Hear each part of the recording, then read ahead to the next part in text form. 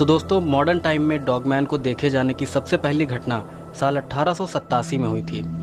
उस समय दो लकड़हारे अमेरिका के मिशिगन स्टेट के वेक्सफोर्ड काउंटी जंगल से लकड़ियां लेने गए थे। उन दोनों लकड़हारों ने जंगल में एक अजीब से जानवर को देखे जाने की बात बताई थी। उन्होंने बताया था कि वो अजीब सा जानवर किसी बड़े से कुत्ते जैसा था, और जब वो लोग उस जानवर को देख रहे थे तभी अचानक से वो जानवर दो पैरों पर खड़ा हो गया और भागकर जंगल के अंदर चला गया। उन लकड़हारों ने बताया था कि वो जानवर बिल्कुल किसी इंसान की तरह दो पैरों पर चल रहा था। डॉगमैन को देखे जाने की एक और घटना मिशिगन के ही बिग रैपिड्स नाम की एक जगह पर हुई थी। दरअसल बिग रैपिड्स में एक फैक्ट्री थी। वो फैक्ट्री मेहार्श नाम के एक जंगल के पास में थी। उस फैक्ट्री की रखवाली के लिए दो गार्ड अलग अलग शिफ्ट में वहां पर ड्यूटी देते थे। उस फैक्ट्री के पास ही एक लकड़ी का कैबिन बना हुआ था, जहां पर रहकर वो गार्ड फैक्ट्री की निगरानी करते थे। तो साल 1961 की एक रात को एक गार्ड फैक्ट्री की रखवाली कर रहा था। वो गार्ड अपने कैबिन के बाहर बैठकर कॉफ़ी पीते हुए फैक्ट्री की निगरानी कर रहा था कि तभी उसे फैक्ट्री के पास वाली सड़क पर कुछ हलचल दिखाई दी। उस हलचल से गार्ड को लगा कि शायद कोई चोर फैक्ट्री में चोरी करने आया है। यही सोचकर गार्ड ने अपनी गन निकाल ली, लेकिन थोड़ी ही देर बाद जब वो जीव सड़क किनारे लगी स्ट्रीट लाइट के नीचे आया तो उसे देखकर वो गार्ड बिल्कुल हैरान रह गया। दरअसल उस गार्ड ने देखा कि स्ट्रीट लाइट के नीचे कोई इंसान नहीं बल्कि एक बड़ा सा कुत्ते जैसा जीव खड़ा है। और सबसे हैरान कर देने वाली बात तो ये थी कि वो अजीब जीव बिल्कुल किसी इंसान की तरह दो पैरों पर खड़ा था। उस जीव को देखकर गार्ड बिल्कुल हैरान रह गया, पर तभी गार्ड को याद आया कि उसके पास एक कैमरा है। तो वो तुरंत भागकर अपने कैबिन के अंदर गया और वहां से कैमरा लेकर वापस आ गया। इसके बाद उस गार्ड ने स्ट्रीट लाइट के नीचे खड़े उस अजीब से जीव की एक फ़ोटो खींच ली। वो गार्ड उस जीव की और फोटो खींचता इससे पहले ही वो जीव जंगल की तरफ भाग गया। तो दोस्तों, अब आप लोग देखिए उस गार्ड के द्वारा खींची गई डॉगमैन की असली फोटो। इसके अलावा दोस्तों, साल 1987 में मिशिगन के ही एक रेडियो स्टेशन में एक गाना प्रसारित किया गया था। उस गाने का नाम था the legend of Michigan Dogman song. इस गाने को रिलीज करने के बाद ही पूरे मिशिगन स्टेट से बहुत से लोगों ने उस डॉगमैन मॉन्स्टर को देखे जाने की बात बताई थी। वैसे वो गाना काफ़ी क्रीपी और बढ़िया है। मैं आपको उस गाने का लिंक नीचे डिस्क्रिप्शन में दे दूंगा, आप भी उस गाने को सुन सकते हैं। अब मैं आपको डॉगमैन इनकाउंटर की एक और बिल्कुल सच्ची घटना सुनाता हूँ। ये घटना अमेरिकी पति पत्नी के साथ अमेरिका के बॉस्टन स्टेट के जंगल में हुई थी। ये घटना रेडिट पर डैनियल नाम के एक शख्स ने पोस्ट की थी। तो अब आगे की घटना मैं आपको उन्हीं के नज़रिए से बताता हूँ। मेरा नाम डैनियल है। मैं अमेरिका के बॉस्टन स्टेट का रहने वाला हूँ, और आज मैं आप लोगों को अपने साथ हुआ एक बहुत ही क्रीपी इंसिडेंट बताने जा रहा हूँ। ये घटना मेरे और मेरी पत्नी के साथ आज से 6 साल पहले बॉस्टन के ही एक जंगल में कैंपिंग करते हुए घटी थी। दरअसल उस समय मेरी पत्नी के फादर की डेथ हो गई थी, जिस वजह से मेरी पत्नी बहुत डिप्रेशन में चली गई थी। अपनी पत्नी की ऐसी हालत देखकर मैंने सोचा कि क्यों ना कुछ दिन शहरी आबादी से दूर जंगल में कैंपिंग करें, ताकि मेरी पत्नी को डिप्रेशन से बाहर निकलने में मदद मिल सके। यही सोचकर मैंने अपने काम से कुछ दिन की छुट्टी ली और अपनी पत्नी को लेकर बर्कशायर माउंटेन पर कैंपिंग के लिए चला गया। मैं अपने साथ कैंपिंग का सारा सामान लेकर गया था, जैसे टेंट, स्लीपिंग बैग, खाने पीने का सामान और एक 9mm की पिस्टल सेफ्टी के लिए। कैंपिंग के लिए हम लोग जंगल के काफ़ी अंदर गए थे, ताकि हम कुछ दिन प्रकृति के बीच बिल्कुल सुकून से बिता सकें। तो शाम के 6:30 बजे हम कैंपिंग स्पॉट पर पहुंच गए।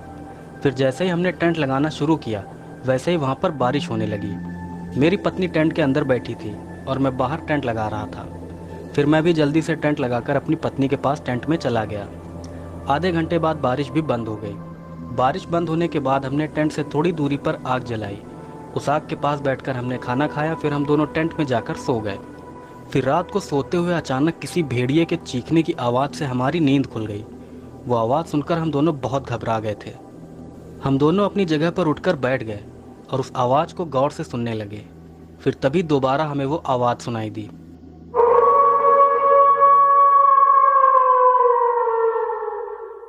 वो आवाज़ भेड़िए के चीखने की ही आवाज़ थी, लेकिन वो आवाज़ बहुत अजीब थी।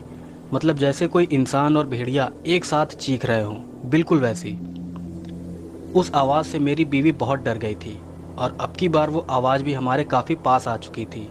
फिर तभी मेरी पत्नी ने मुझसे कहा, ये हमारे पास क्यों आ रहा है? मैंने उससे कहा, मुझे नहीं पता ये हमारे पास क्यों आ रहा है, लेकिन तुम डरो नहीं, मेरे पास गन है। अगर ये भेड़िया हम पे हमला करेगा तो मैं इसे गोली मार दूंगा। हम दोनों ये सब बातें कर ही रहे थे कि तभी हमें अपने टेंट के आसपास किसी के चलने की आवाज़ आने लगी। अब वो भेड़िया हमारे टेंट के बिल्कुल पास आ चुका था। वो हमारे टेंट के चारों तरफ सूंघते हुए चक्कर लगा रहा था। पर एक बात मुझे बहुत अजीब लग रही थी कि उस भेड़िए के चलने की आवाज़ किसी 4 पैरों वाले जीव जैसी नहीं थी, बल्कि उस भेड़िए के चलने की आवाज़ से ऐसा लग रहा था जैसे वो कोई 2 पैरों पर चलने वाला जीव है। और तो और उस भेड़िए के चलने पर काफ़ी तेज आवाज़ भी आ रही थी।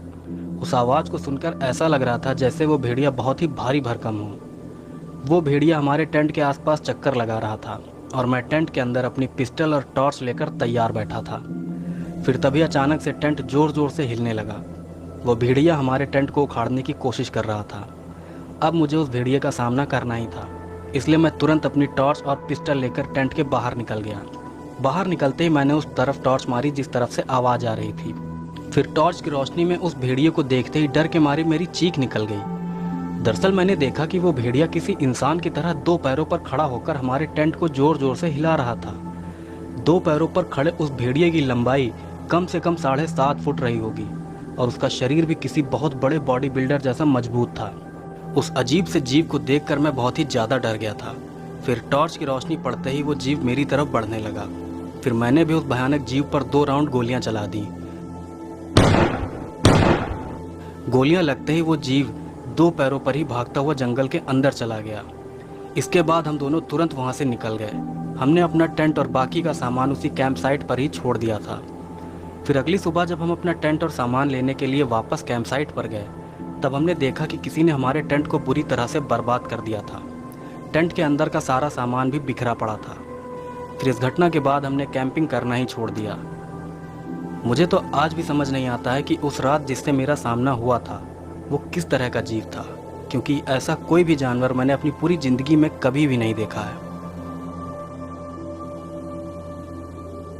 दोस्तों, ये इंसिडेंट पोस्ट करने वाले शख्स को इस बात का कोई अंदाज़ा नहीं है कि उसका सामना किस तरह के जीव से हुआ था, लेकिन उस शख्स के बताए गए हुलिये के हिसाब से मैं इतना तो कह ही सकता हूँ कि जिस क्रीचर से उस आदमी का पाला पड़ा था वो एक डॉगमैन ही था। बाकी दोस्तों, डॉगमैन का एक असली वीडियो मैंने अपने इंस्टाग्राम अकाउंट पर अपलोड किया है। आप उस वीडियो को मेरे इंस्टाग्राम पर जाकर देख सकते हैं। और कुछ दिनों में मैं डॉगमैन का ही एक और वीडियो अपने इंस्टाग्राम पर अपलोड करूँगा। इस तरह के वीडियो मैं अपने चैनल पर अपलोड नहीं करना चाहता, क्योंकि इससे मेरे चैनल पर कॉपीराइट लग सकता है। बाकी वीडियो अपलोड करने में मुझे थोड़ा लेट इसलिए हो गया क्योंकि मैं गोट मैन पर वीडियो बनाना चाहता था। लेकिन मैं आपसे झूठ नहीं बोलूँगा, मुझे गोट मैन के ओरिजिन के बारे में कोई भी जानकारी नहीं मिल रही है। हालांकि मेरे पास गोट मैन से जुड़ी 3 बहुत ही अच्छी स्टोरी थी, वो भी असली फ़ोटोज़ के साथ, लेकिन मेरी लापरवाही की वजह से ही वो तीनों स्टोरी डिलीट हो चुकी हैं। तो मेरे पास फ़िलहाल गोटमैन के बारे में कोई जानकारी नहीं है, इसलिए गोटमैन के ऊपर वीडियो बनाने में मुझे थोड़ा टाइम लगेगा। बाकी अगला वीडियो मैं डॉगमैन पर ही बनाऊंगा। उसमें मैं आपको डॉगमैन से जुड़ी कुछ सच्ची घटनाएं बताऊंगा और असली फ़ोटोज़ भी दिखाऊंगा। तो हो सके तो मेरे वीडियो को शेयर कर दीजिएगा, क्योंकि मैं आपको असली स्टोरी सुनाता हूँ, असली वीडियो दिखाता हूँ, असली फ़ोटो दिखाता हूँ। मैं आपको सिर्फ कहानियाँ नहीं सुनाता, बल्कि किसी भी क्रीचर के बारे में, उसके ओरिजिन से लेकर आज तक के आज के टाइम में देखे जाने की घटना से जुड़ी हर बात बताता हूँ। तो थोड़ा टाइम भी लगता है मुझे रिसर्च करने में, तो कुल मिला के थोड़ा सपोर्ट दिखाइए। बाकी मिलते हैं आपसे अगले वीडियो में। जय श्री कृष्ण।